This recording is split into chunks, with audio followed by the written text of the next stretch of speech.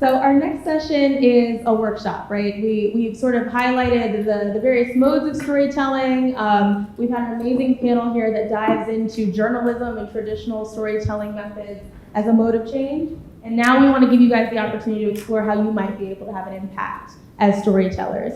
So I would like to welcome Radiah Shabazz. She is the Director of Communications at People's Climate Innovation Center, which is an organization that uses leadership training and support to expand the capacity, networks, and resources of community-based organizations and lift up grassroots leaders as solutions makers.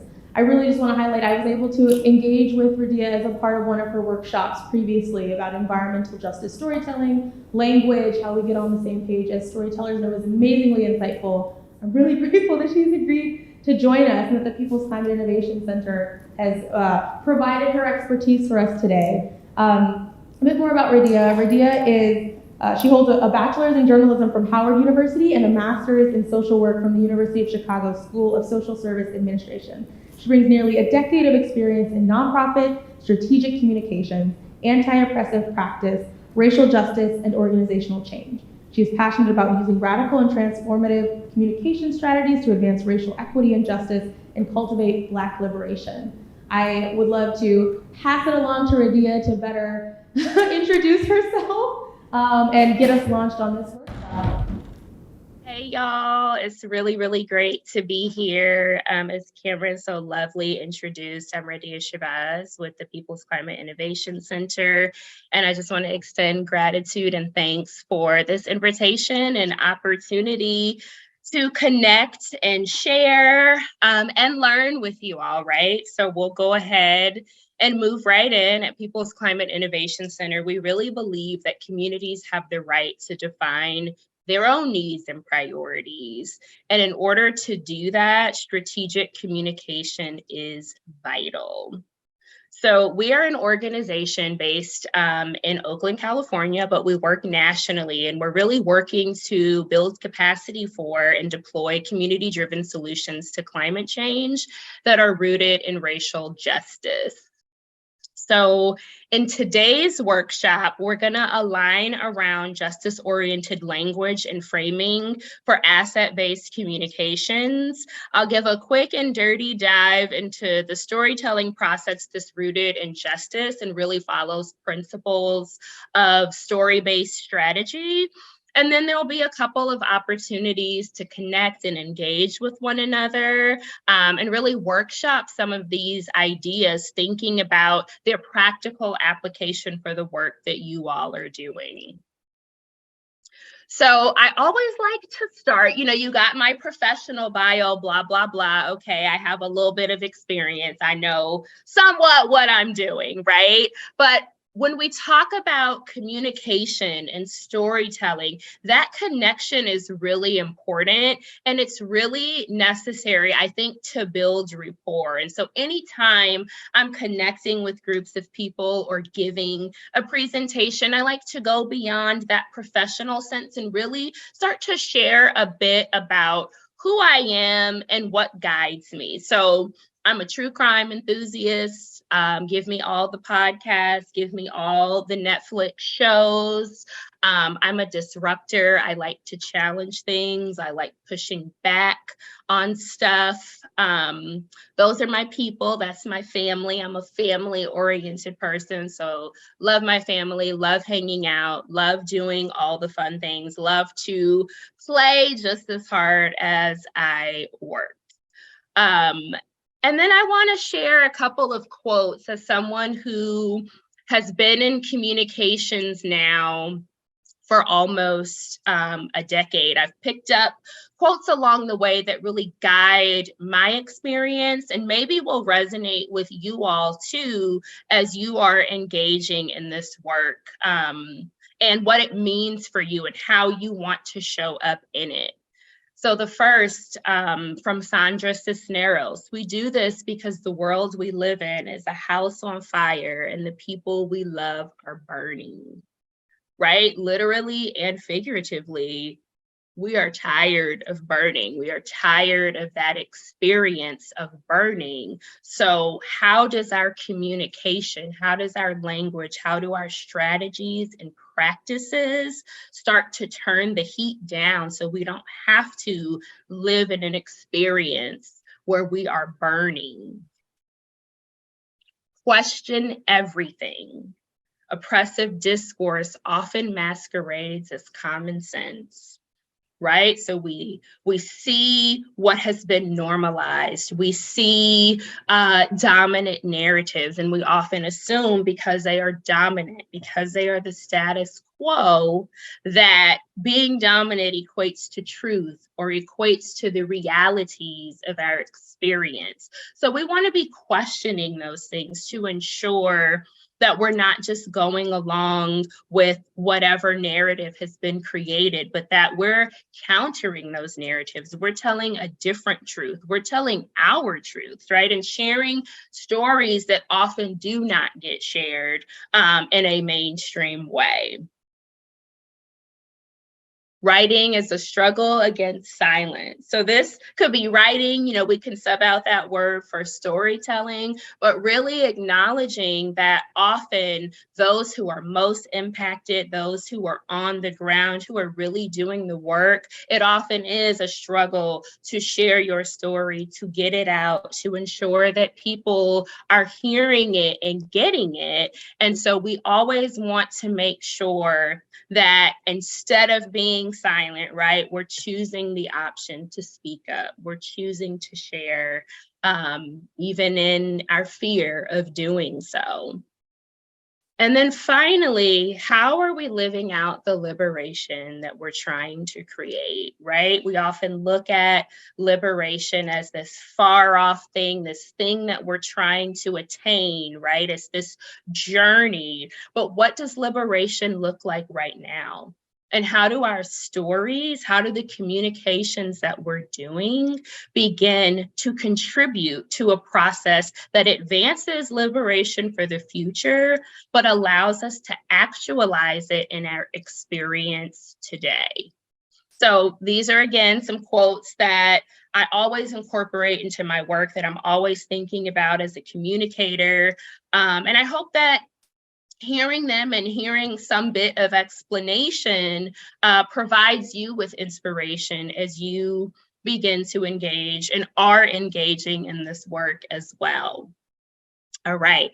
So moving right along, we're going to start with language rooted in justice. And what I'm going to do very shortly is share a mission statement with you all. This is a mission statement of a real nonprofit based in Washington, D.C. And what I'd like you to do is listen as I read it aloud, but also really see the words on the screen, because we have to acknowledge being in America and really the world, that racism and the delusion of white supremacy are steeped into and throughout all of our systems and structures. And so when we think about our language and how we communicate, that is no different. So here we go. For over 25 years, this organization has served Washington, D.C.'s most at-risk neighborhoods. The organization's founders wanted to empower the struggling inner-city urban youth to overcome the generational poverty that had left their neighborhoods in a cycle of crime, violence, and substance abuse.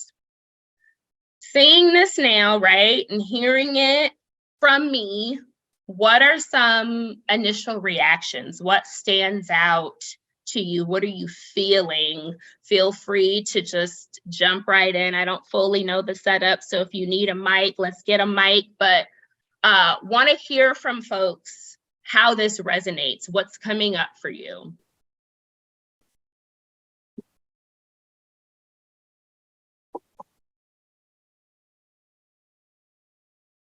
So happy to start here. We're passing around a mic, so there might be some pauses.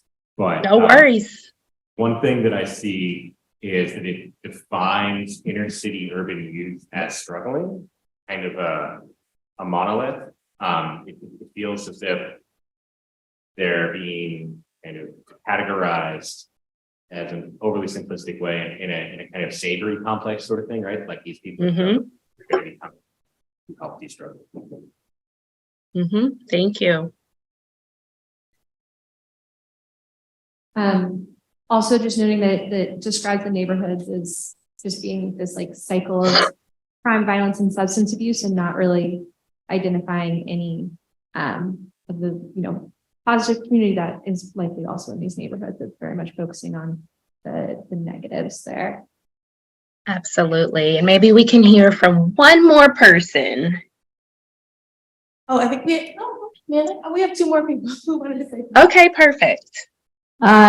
Just, I think about like people, like I think people, some people would see this and see the right like points being made, but there are words that like certain audiences would just focus on that negativity, like at risk isn't great because it puts the like idea of risk in your head. I think generational poverty is like, it's good that they said that, but then they like brought in this cycle as if it's like they kind of flipped it, like generational poverty led to all of this, but like they kind of, I guess, took away from what generational poverty is by kind of more blaming the neighborhood itself, if that makes sense. Mm-hmm. And I think that the language, I mean, it might sound patronizing, in terms of serving and empowering rather than being aligned or rooted with the root. Excellent. So I forgot my little meme there. Yikes. So problematic. And you all named it. Yes. Critical issues include the use of empower, of at risk, characterization as struggling inner city, right? This cycle, making it a cyclical thing. So we start to see coded language, right? We see deficit-based language. There's this inherent dynamic of power suggested. I heard somebody say saviorism. Those overtones are there. And so really, what this amounts to is we need to just throw the whole mission statement away, okay? So when we think about some of the common and problematic language and framing that we'll often see in stories and in communications, we'll see things like disadvantaged, empower, minority, vulnerable, right? After COVID, we saw that one a lot of vulnerable. We'll see resilient or resilience, and then we'll often see framing of white supremacy.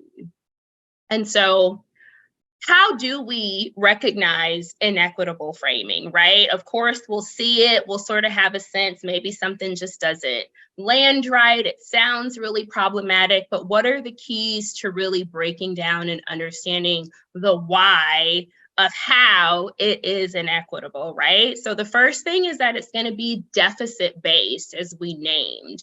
We're often going to see things like disadvantaged or underserved to describe populations of people.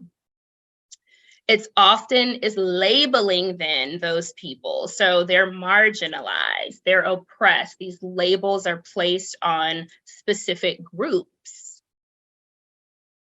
And then we often see whiteness as our default. So everything is measured against whiteness as a standard. So you'll see things like multicultural or minority or categorizations like people of color without proper context. And so in order to start to shift that and move to a more justice-oriented framework, we want to make sure that we're being asset-based and supportive in our language, but also that we're solutions-oriented. So very often it's easy to focus on the problem and the challenges, and we have to do that because the reality is that they exist and we have to name them. But in doing that, what are we offering as a suggestion to address that problem? What does it look like to start to get to that other side? We also want to contextualize the conditions. So rather than placing labels or blame on people for circumstances that are often structural and at no fault of their own, we want to start to acknowledge the conditions, the systems, the institutions, the structures, and the beliefs of individuals that have contributed to those conditions. So we might start to then acknowledge a community has been disinvested, right? A community has been pillaged, and it describes the specific circumstances that have led to conditions of injustice. And then finally, we're going to be specific about race, right? We're not going to default to whiteness. So we might say something like people of the global majority instead of minority. We may be specific when we're talking about a group of people. So instead of saying people of color, we'll be explicitly saying Black people. We'll be explicitly saying Chinese people. However specific we need to be in that instant, we're going to do it so that we're not falling into the trap of making whiteness our standard and then everything else follows that. So what do you get when you start to apply this lens to your language and framing, right?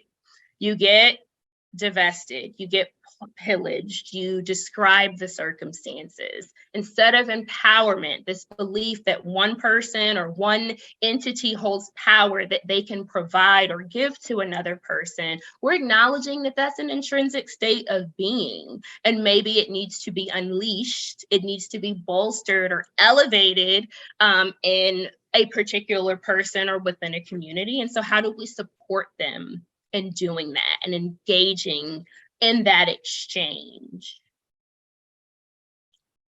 From minority, we're specific then about who we're talking about. So it might make sense in certain contexts to just say BIPOC. It might make sense in certain contexts to just say people of color. But in other contexts, which we'll get into shortly, it may make more sense to be as specific as possible. So beyond BIPOC, maybe we need to go to another layer of specificity. You move from just saying that someone is vulnerable to acknowledging that they've been rendered vulnerable. Again, that circumstances, conditions, policies, and practices have contributed to a disproportionate vulnerability in some people, and we need to honor that and recognize that is why certain populations of people experience vulnerabilities at higher rates than others. We want to be careful with resilient and resilience, right? Because we don't want to imply just that people are able to withstand the same circumstances and that they're going to be okay with falling back into the same cycles. So we want to start to shift to community resilience or asset-based resilience. Some folks are even using resistance as a way to capture that. No, we don't want to just fall back to the same thing, but we want to build up, we want to be better, and we want to be equipped to withstand before something happens, not reactive to things happening in our communities. And then finally, we move away from just saying things like white supremacy to acknowledging that this circumstance is one that has been created, right? We don't want to affirm it to be true. And so we want to qualify it. Folks have been saying lately things like the delusion of white supremacy or white supremacy delusion, or recognizing that it's a set of ideologies, cultures, and beliefs. And so we'll qualify it by saying white supremacy culture. And then just a couple of additional considerations as we're thinking about our language and framing, right? Capitalization comes into play. We want to always be considering our audience and our region, right? I just gave you a really quick and dirty of terms that you can use.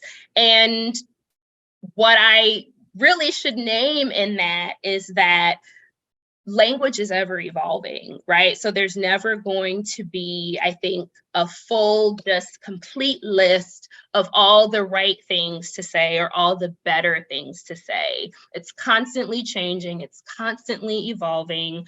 Framing and terminology that was once fine to use 2-3 years ago is aging out. for better terms that describe communities. And so we want to just always acknowledge that it's also going to depend on audience. It's going to depend on sometimes where you are in the world.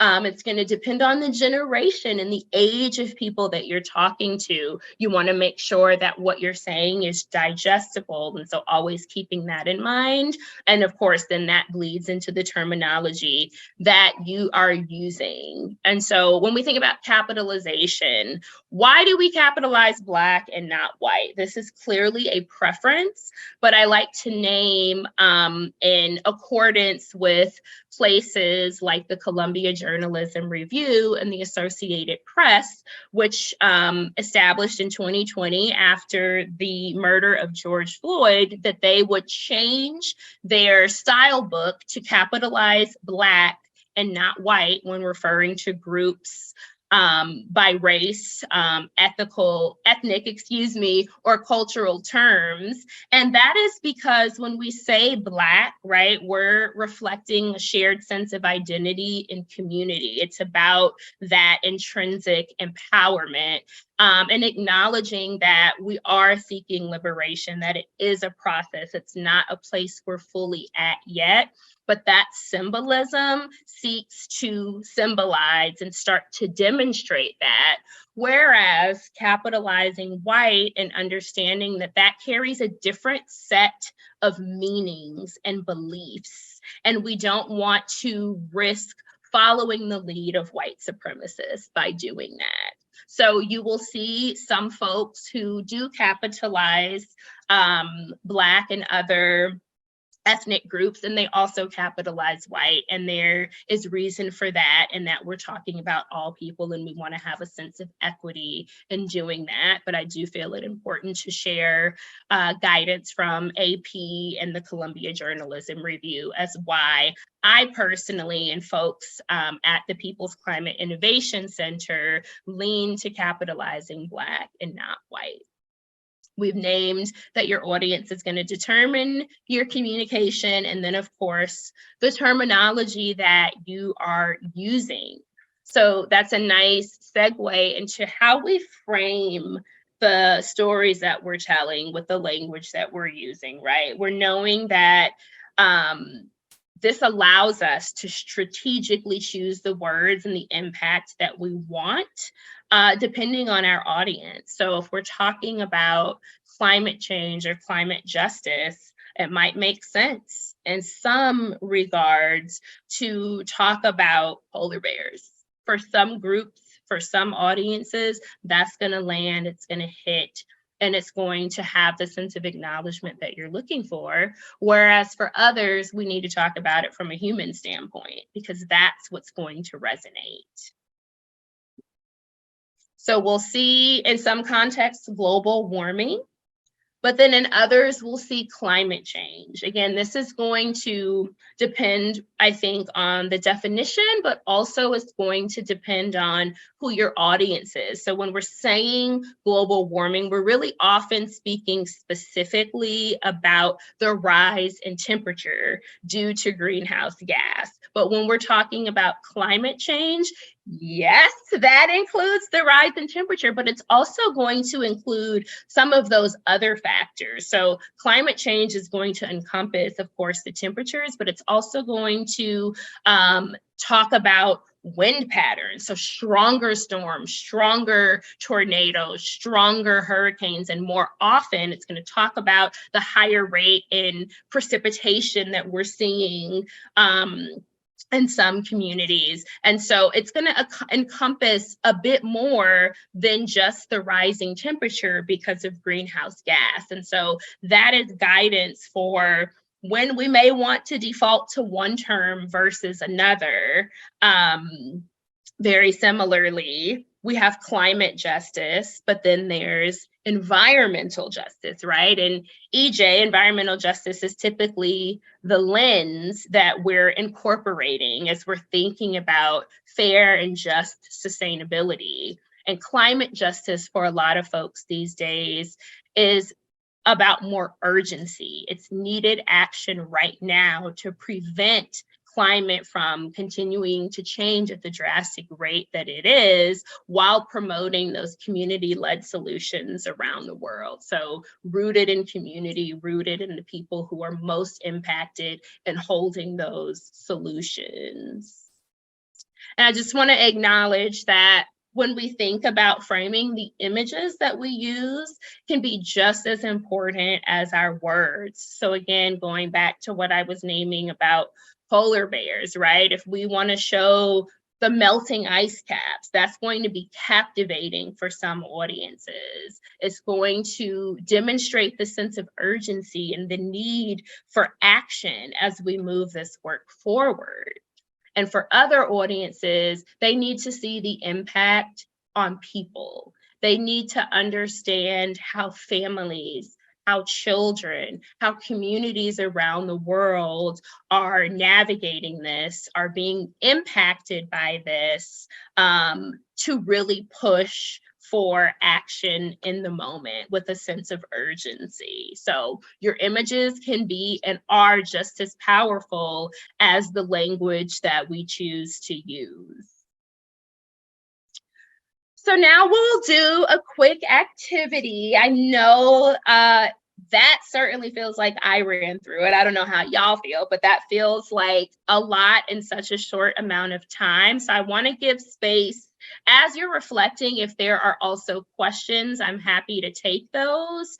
But just thinking about what we've named, right? This focus on justice-based communications, I really want you to take a moment to consider the impact that you want your stories to have. Consider that impact, and as you're doing so, think about the language that you typically use or that you have been using and how it might influence or impede your efforts. And as you do that, again, if there are questions or anything I can clarify, please feel free to speak up. I'm just going to give folks a quick silent moment to reflect on these questions, maybe jot down some notes before we move into a bit more about storytelling.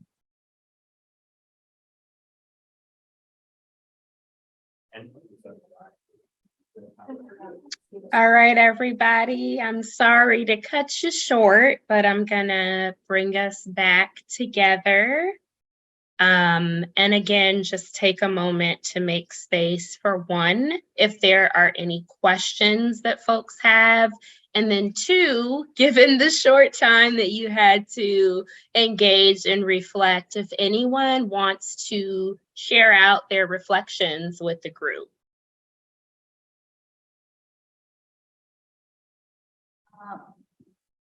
So, one of the other people you and I talked to about, especially marginalized as one word that like we thought was like the good term, and kind of like we get why it's not, but you know, I was wondering like, how do you kind of bridge, like, let's say the audience you want are the people who are not acting, the people who are like indifferent, and you want to bring them into it.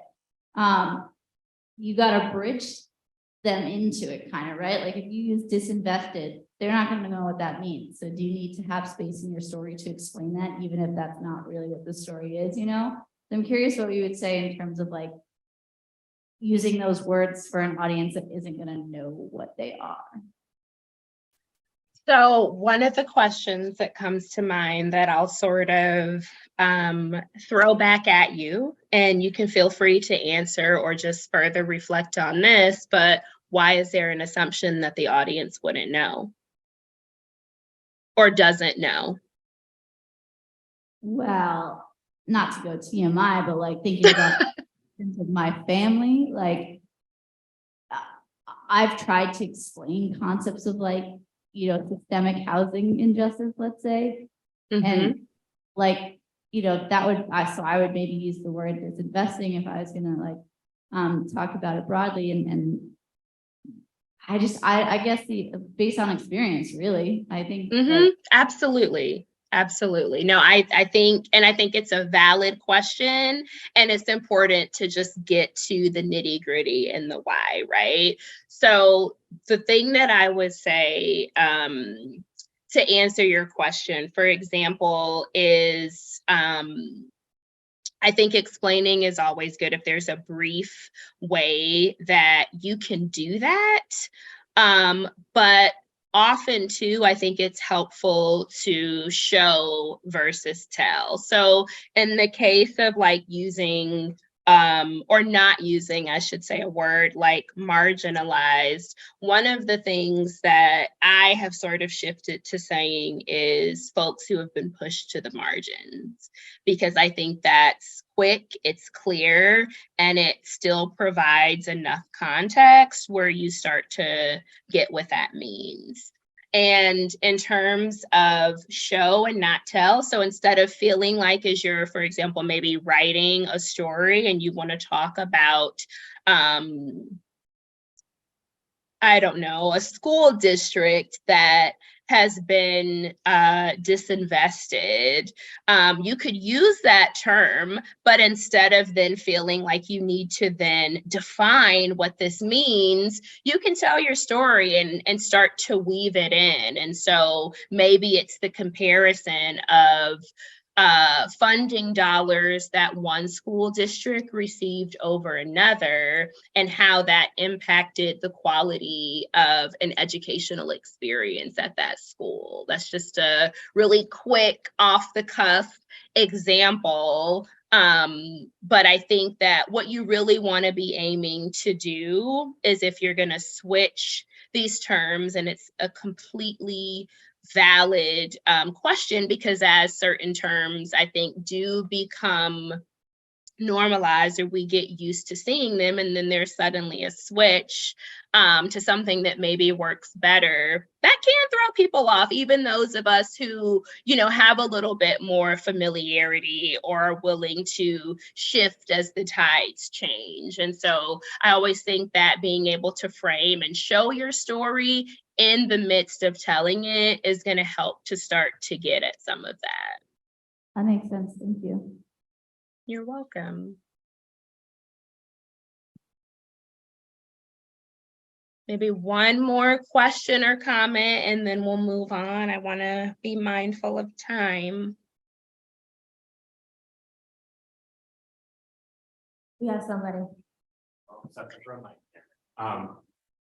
One thing that came up in our conversation was the importance of place-based thinking. So not necessarily abstracting these conversations, but trying to think about how they happen in a context. And given where we all are in Duke right now, like what is Duke's relationship to the community of North Carolina, to Durham, to environmental justice or environmental injustices that continue to exist here? Like, there's a reason that the environmental justice movement was sparked in North Carolina, and it's not because North Carolina's been an environmentally just place, right? So thinking about how our role here can be rooted in this place where we are, and you know how to do that in as respectful and additive a way as possible, and less distracted ways that we can. Thank you for that. Absolutely 100% agree. Thank you. I hope that you keep reflecting on this. We're going to have some more time at the end, and I'll leave you with some activity in case we run out of time, but we're going to go ahead and move now into just a bit about the storytelling process. I know that you all have been at it for quite a few hours, so we won't go too deep. I might run through some of these concepts a bit quickly, but I really love storytelling. I often consider myself to be a storyteller because it's a beautiful social and cultural process. Our stories have capacity and power to really shape and preserve history, but also build power. And as I mentioned, I really prefer and like the story-based strategy approach to storytelling because it is participatory and it really links movement building with an analysis of narrative power that places storytelling at the center of social change. And so as we go through these slides, I want you to, if you can, write these questions down so that you can come back to them and really be thinking about what it's going to look like for your work, right? So what are the stories that you want to tell? Maybe you're already telling them, maybe you have the idea. Wherever you are in your process, what is that story that you want to be telling? And then what do you need to tell it? Those needs can be self-defined, right? Maybe you need permission. Maybe you need to find the right subject. Maybe you need research or information, but just thinking about the stories that you want to share and tell, and then what you need to tell them so that we start to build the intentionality that's required for good and ethical storytelling practices.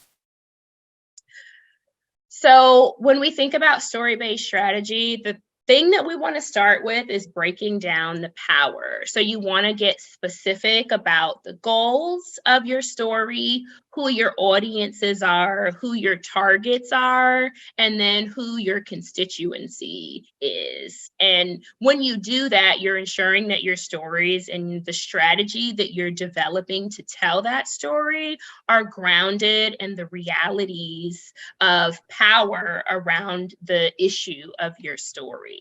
So when you think about your goal, what are you trying to achieve? Simple, right? What do you want your story to do?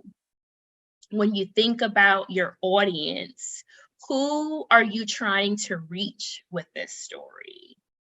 Right? Who are you trying to persuade? Are you trying to persuade people? When you're thinking about your targets, who are the decision makers that can make change happen? Is it an organization? Is your target a policymaker? Is it leadership on your campus or within another community group? So who are those targets? And then your constituency is your base. So these are the people, the organized groups, communities and individuals alike who you're already working with, who you represent or who you share common interests with. Sometimes your constituency and your audience are going to bleed into one another, right? So those folks that you may be already in alignment with are the people that you want to reach with this story as well. So you want to consider that as you think about the goals. Is your constituency and your audience related, or are you trying to reach new people and therefore need to define who those people are and what you need to do to capture them? So once you sort of assigned all of this, you've gone through the process, right? And it's important to just name really quickly that this is a process, because we can never just jump right in and start telling a story. That's irresponsible. I often liken this process to learning how to ride a bike. As amazing as it seems, none of us could just jump on a bike and start riding. We have to start out with the training wheels, right? We have to start out with all of the protective gear, our knee pads and our elbow pads, our helmet, and we build up to a point where then we can strip off the training wheels. We have a supportive person holding the handlebars for us. They can let go, and then slowly, we're engaging in this process. The storytelling process is no different. And so once you've assigned your goals and your audiences, your targets and your constituency, you want to be thinking about the opposition story. And so I think it's very important to name that very often the opposition story is the status quo, right? So it's the story or the reality that's already widely accepted. And we're often pushing through to challenge that reality. So we want to understand what we are aiming to change. How does our story make existing outcomes possible or inevitable? How does conflict in the opposition story prevent us from talking about our desired solution? What do we need to believe or assume to be true in order to believe that their story is true? And are there any foundational myths that are being activated in the opposition story? So a good example of that might be the idea of American exceptionalism or the idea of the American dream. What do those mean for the opposition story versus the realities that we want to share?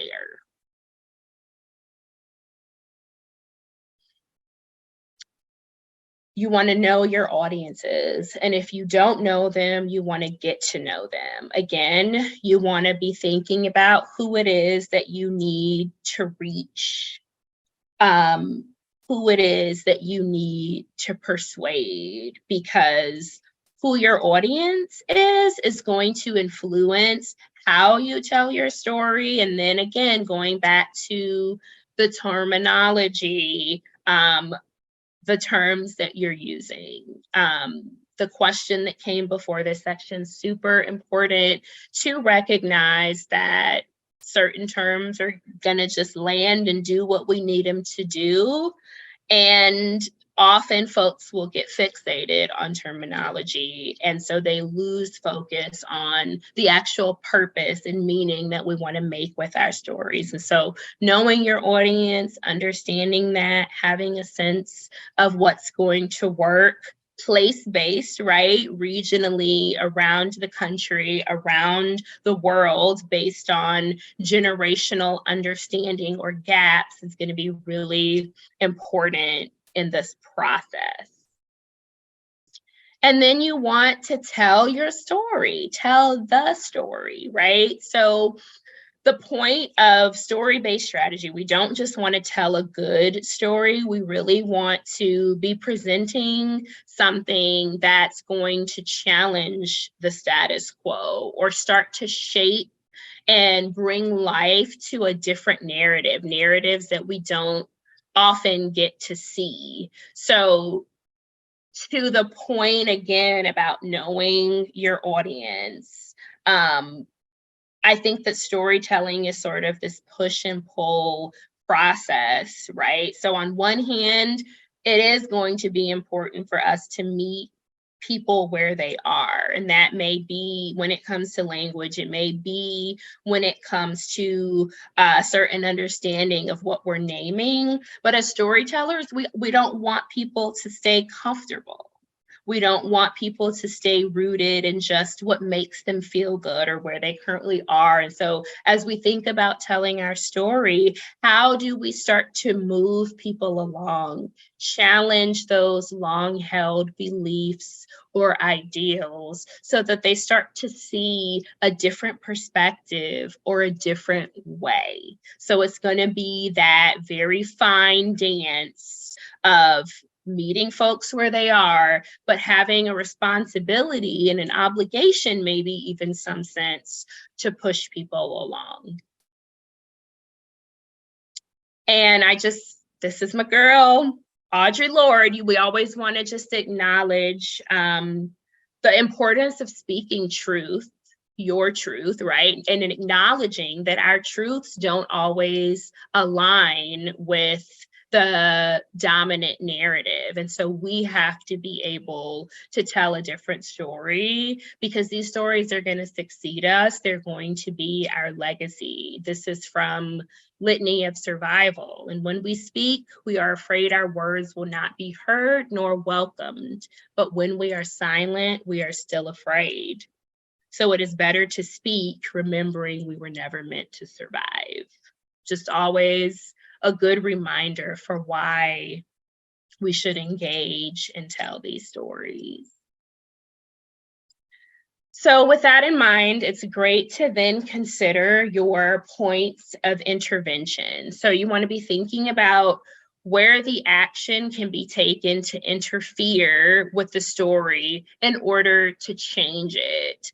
Our words and our actions, right? So the images, the words, the things that we're doing, showing the story as well as telling it, all of that comes together to create our story. And we get to decide at what point our story begins, where it is that we're going to intervene. So it may be at the point of production, right? Where things are getting started, where ideas are being formulated, but then you may decide to intervene at the point of the decision, right? Something is on the table and folks are now ready to make a decision, and it makes sense for your story to move to that point, to jump in at the decision-making process, or it may make sense for you to jump in at the point of assumption. We've already established a reality, or folks are accepting a particular narrative and assuming that to be true. So how does our story begin to challenge that, to push the assumptions, to show people a different way? And so as you're engaging in this storytelling process, you want to decide the intervention point that makes sense for the goals of your story and what you want it to be doing and telling, and you want to build up from there. So I can go back to the previous slide because I know I ran through that quickly and we can leave it up. But as you think about the previous set of reflection questions, so what are the stories that you want to be telling and what do you need to tell them? I want you to add this question to the queue. What are the points of intervention in the stories that you want to tell? Where does it make sense for you to intervene? Does it make sense to come in at the point of production, the point of consumption, right? Where an idea or a belief, it's now been produced and it's out there and folks are just eating it up. Does it make sense at the point of destruction where now something is being challenged? Does it make sense again at that point of decision or at the point of assumption? So consider that as you're thinking about your story, because this could help you to goal set and engage in the process. Then finally, I want to just talk really quickly about some checkpoints for responsible storytelling, because it's so easy, again, I think, to have a really good idea or feel like we want to tell a story or start writing something and to miss important checks to not only ensure that the story is ethical, but that it's responsible and that it's in service and accountable to whoever it needs to be in service and accountable to. So I always like to just name consent, an assessment of your purpose, transparency, reciprocity, framing for dignity and humanity, and minimizing harm. So when you're thinking about consent, do you have permission? Do you have permission from those who are most impacted? Have you informed them of what your intent is? Have you informed them of what's going to be included, how the story will be used, what your goals are, what the purpose is, right? So assessing the purpose is then, what is the why behind this story? What do you want it to do? What do you want to come out of it? What do you want the outcomes to be? Is there a call to action? Are there experiences that you want to highlight in this story, that you want to call attention to? What matters? You want to be transparent. So you want to be clear after this assessment of purpose about what that purpose is and what you will do with the information.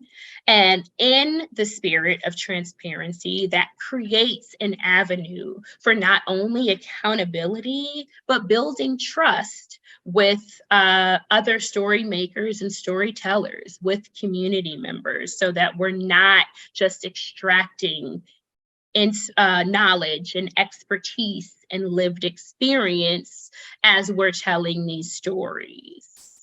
We want to think about reciprocity.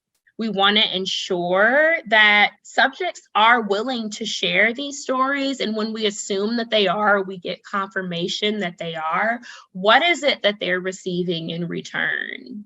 So how are we reciprocating folks for their time, for their interest, for their willingness to engage and share?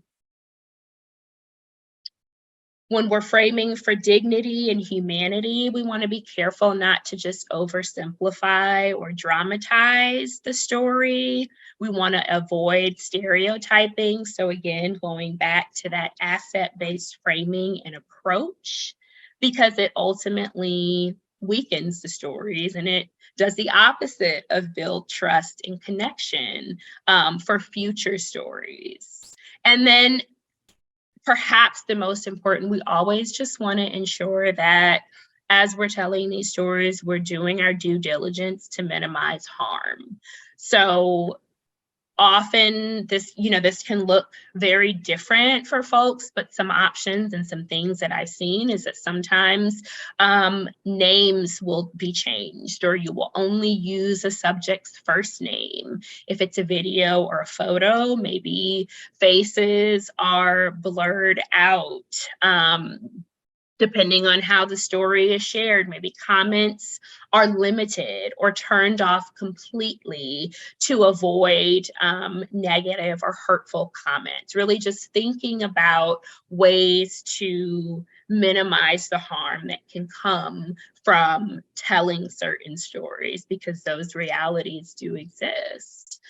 And then on the right here, it's just a framework. It's called GREAT, and it's another just check for telling your good story. So you want your story to be goal-oriented, and really, again, rooted in understanding what the story is going to do. We never just want to tell a good story for the sake of telling that story, but we want to understand that stories can have impact and that they do have power. So if there is a call to action, we want to be clear about that.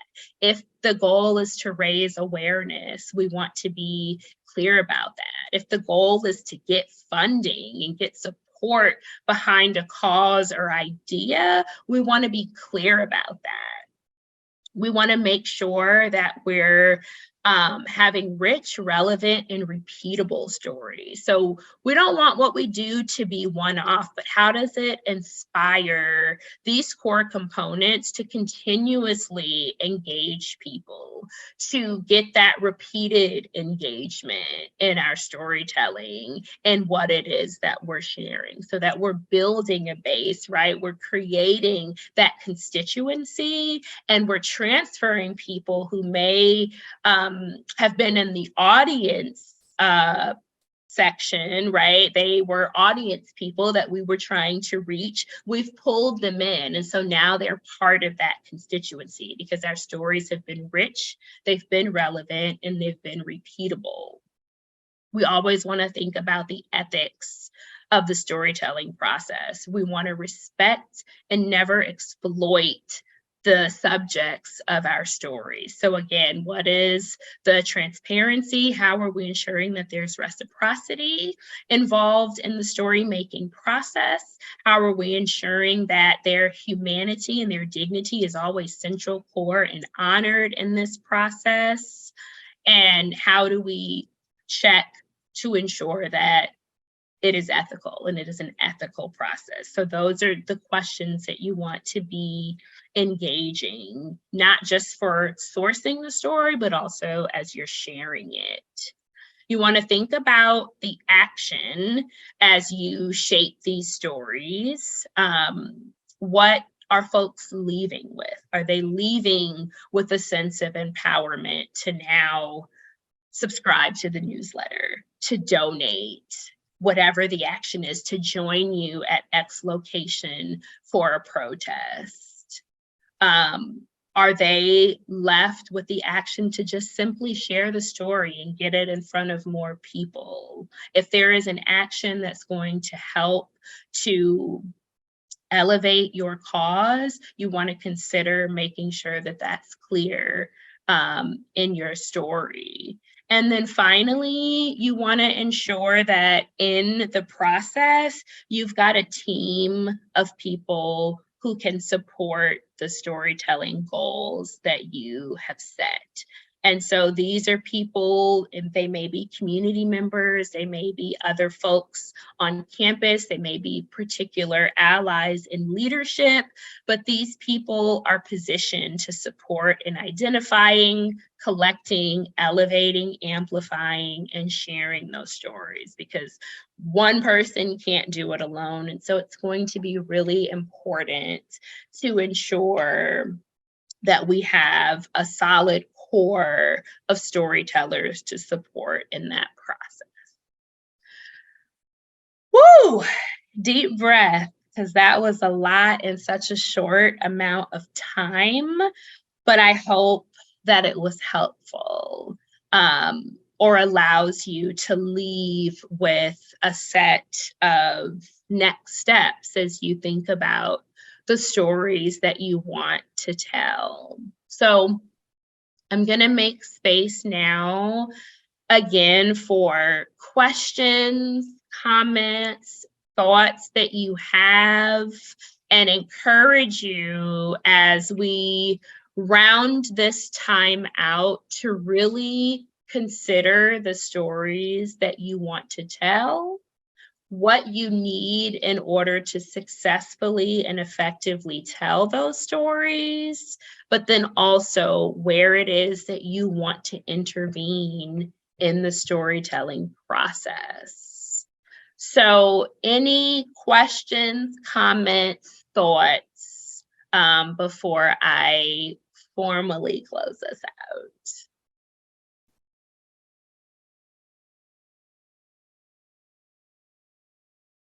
Radiah, hello, Radiah, thank you so much for sharing all of this. I think the camera's maybe back that way. Hello. I think the progression of today's activities, you're closing out, is really helpful, giving us some very tangible ways, actionable ways to go into the work that we do, kind of give us a framework of thinking and of doing. So just want to really express gratitude. I'm glad to hear that. Thank you so much. Anyone else? Questions, comments, reflection?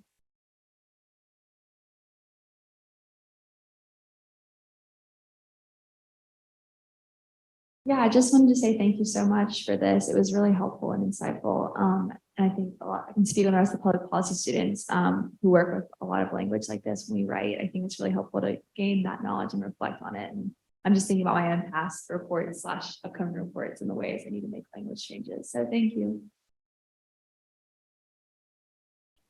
I just want to say that. Beautiful. You're welcome. Sorry, Lydia, just because I know when I first did this workshop, I kept, even though you had just said the new terms, I was still using the old terms. So it's like we have to decolonize our own vocabulary sometimes, and we're all kind of starting from the same place, surprisingly.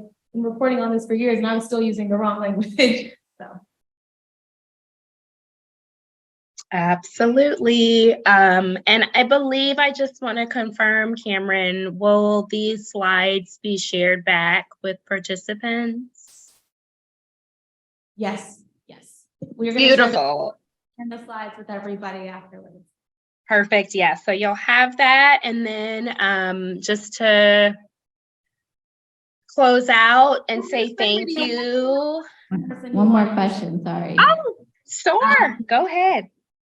So just like in terms of the stuff like about, collaborating and like really making sure the people you're talking to and writing about are like involved, you know, from the more journalistic standpoint, let's say, like,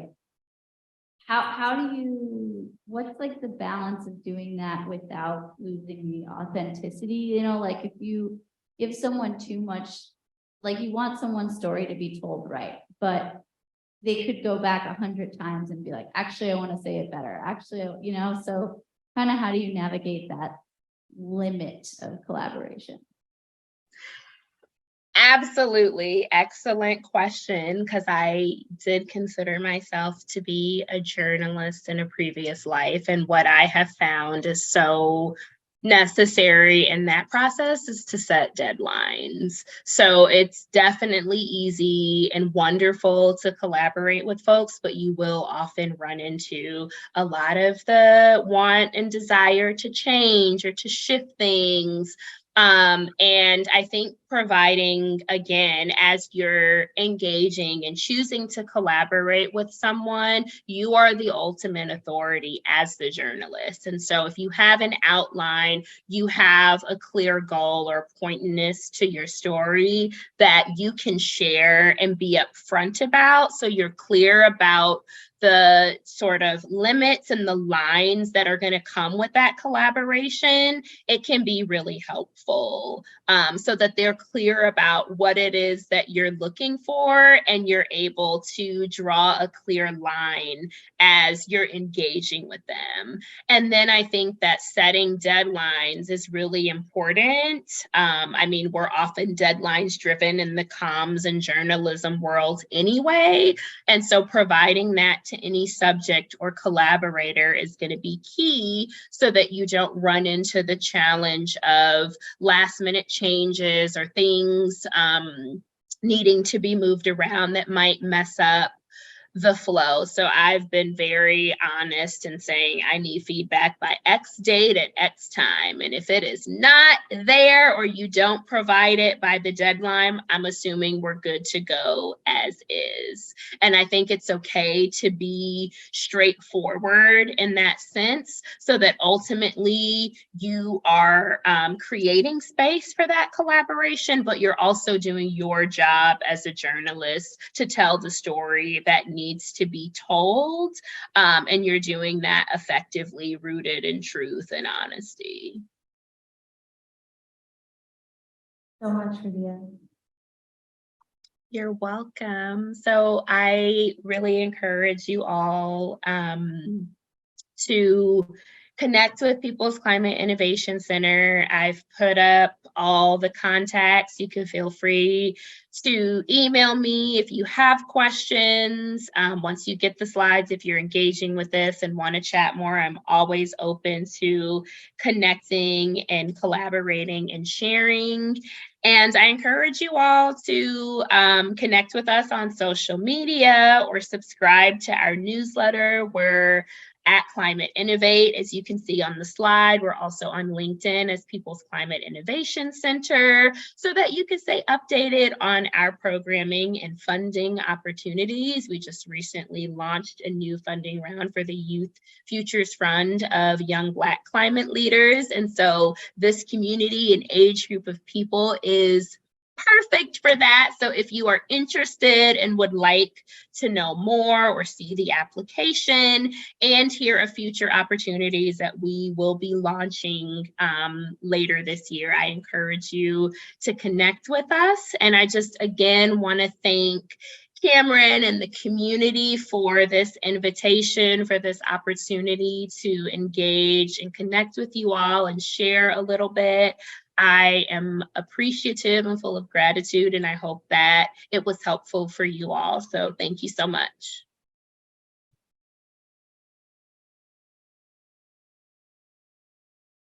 Amazing. This was amazing, Radiah. I know just going through this a second time was had me remember things I forgot that you had gone over the first time. So I hope it was helpful for everybody else. I think I heard those words of affirmation and the gratitude everyone shared. So thank you so much. Thank you.